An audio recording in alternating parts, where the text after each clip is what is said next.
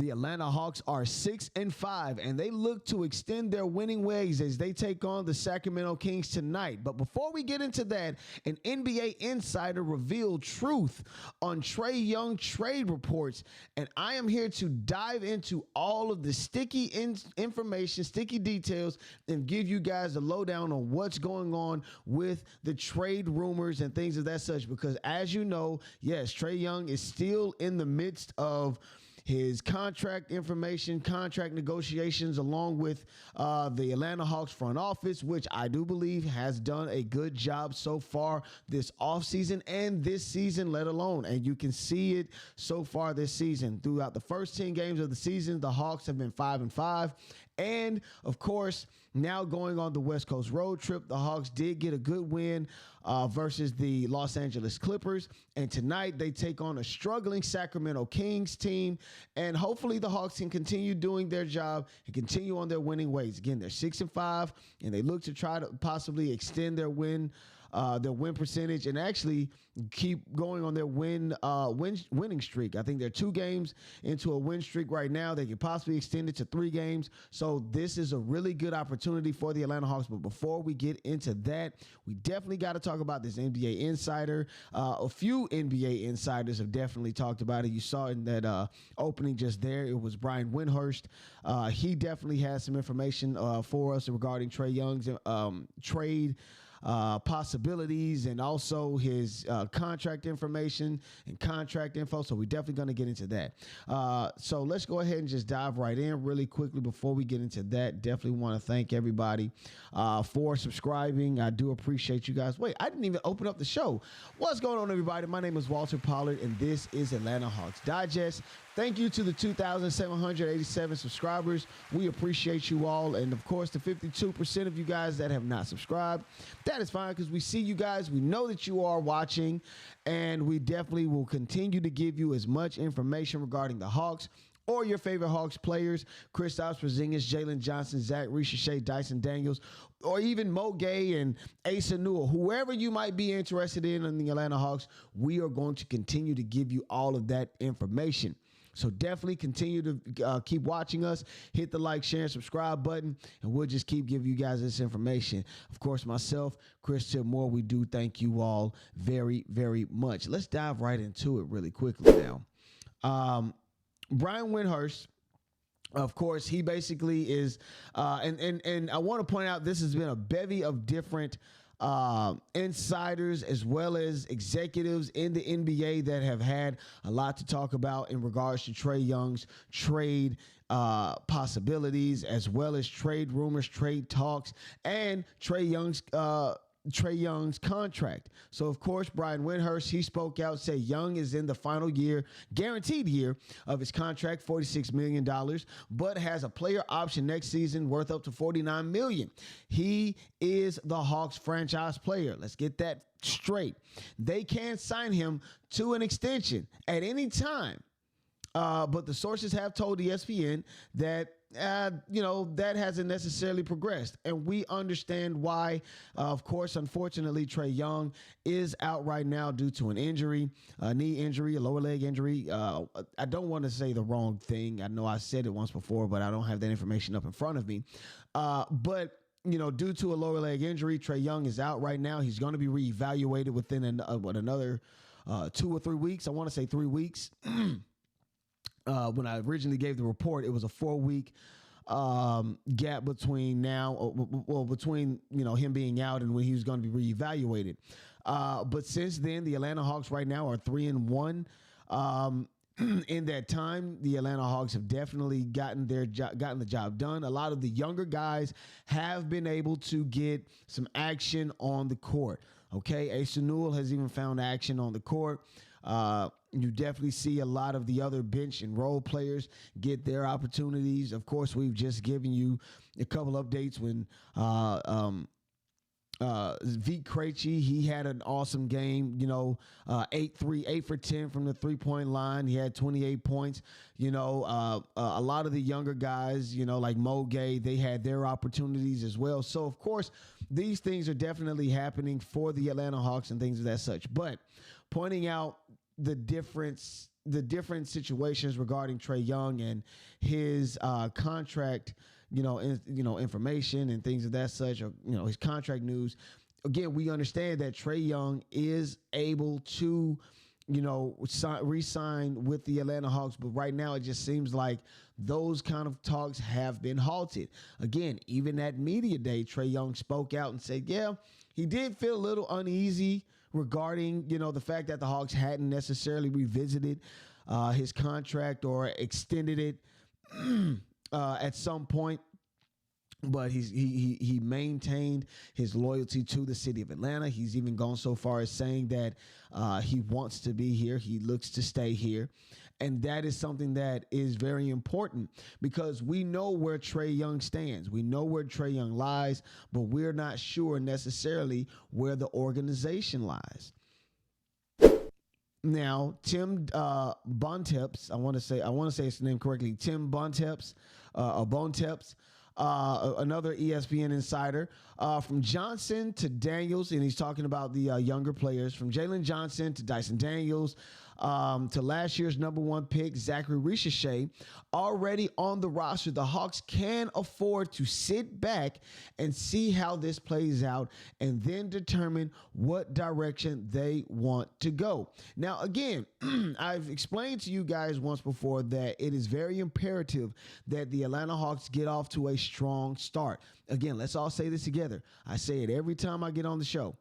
Start fast, stay fast, finish strong. And that is something that is very important for the Atlanta Hawks and Trae Young because, again, if this is a situation where the Atlanta Hawks were, let's say, 7-3, they're scratching for wins, they're losing to a lot of teams that they wouldn't necessarily lose to. Let's say if they had a game versus Charlotte and they lose by 5, or it might even to a degree get blown out.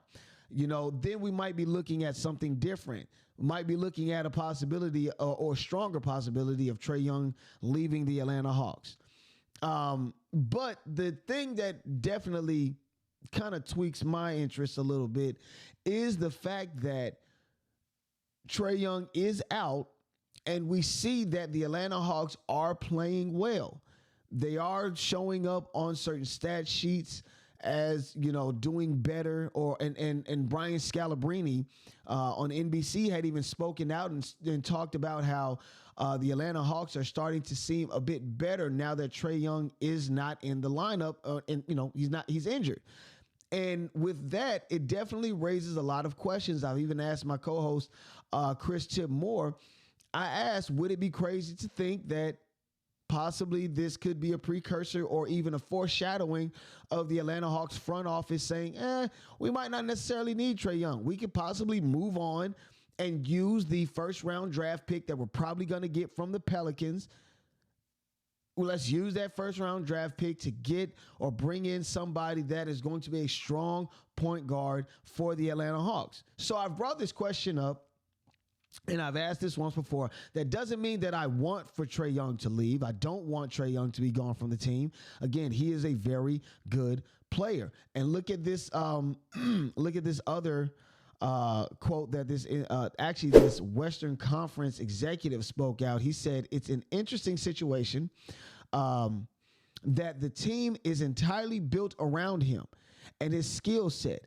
And I don't see another team that is going to pay a $50 million, pay $50 million to bring him in, which is, on the max contract, max contract level or whatnot. He's the engine that makes the ship go.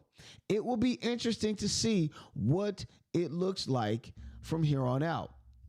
Well, yeah, looks like here without him. So again, it is interesting to see what it would look like without Trae Young going forward. I don't imagine this team to move forward along with, along with Jalen Johnson, all these other guys, Jalen Johnson, Zaccharie Risacher, Kristaps Porzingis, all of these different guys. I don't see the Atlanta Hawks moving on without Trae Young. Let me point that out. I don't see that personally. But what say you? Definitely leave me a comment down in the comment section. Let me know how you feel in regards to these statements from a lot of these executives, Brian Windhurst, Tim, I'll just say Tim, and this Western Conference executive that remains anonymous. Again, all of these different things definitely add up to the fact that, yes, Trae Young is injured. Yes, the Hawks are doing better. But could the Atlanta Hawks do well without Trae Young? I mean, going forward into the future, could the Atlanta Hawks even get to an Eastern Conference final or an NBA final? Dig this. The Hawks have not been above 500 at the end of the season since 2001. That is something to think about. And again, I've definitely seen a lot of people have their own opinions as to why the Atlanta Hawks have not been above 500 going into the playoffs or the play-in.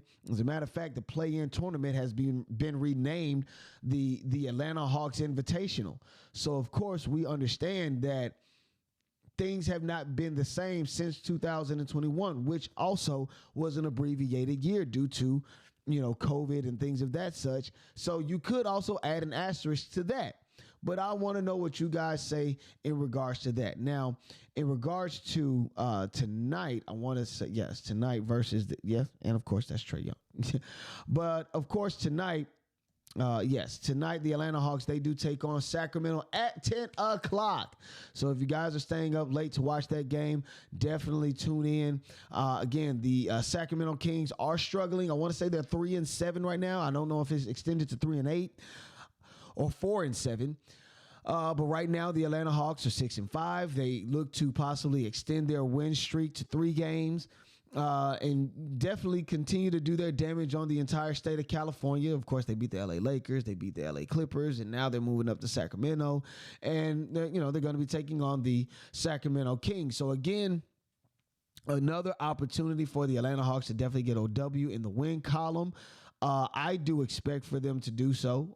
I do think that this is an opportunity. Really, the next 3 games, I'm going to be watching the Atlanta Hawks closely because I also believe that you beat an ant with a sledgehammer.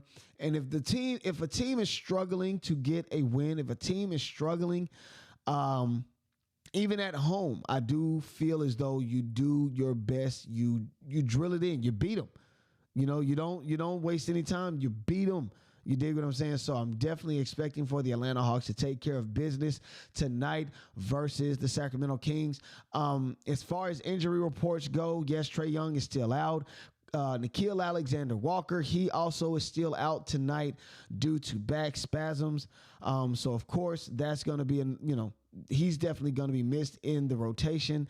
But, of course, it will be interesting to see that, KP still, after returning to the lineup versus LA, KP returned back to the lineup as well as Jalen Johnson returned to the lineup. And then, of course, if you have been noticing, Dyson Daniels has definitely kept his steal percentage or his steal numbers at last year's numbers, 2 to 3 per game. So I am expecting for the Atlanta Hawks to definitely do a good job. The guys that I'm definitely looking for or paying attention to is Mo Gay, Jalen Johnson, Zaccharie Risacher, because again, Zach, he's on and off from time to time, but when he's on, dadgummit, he is on. So I am definitely very excited for tonight's game versus the Sacramento Kings. My guy Chris Tipmore will be here to give you guys the post-game update, going over all of the statistics, who did what, who's the high man, who was low man, how the Hawks did, what they could have done better, all of that good jazz. So definitely keep it locked to Hawks Digest, because I'm telling you right now, things are going to go up from here.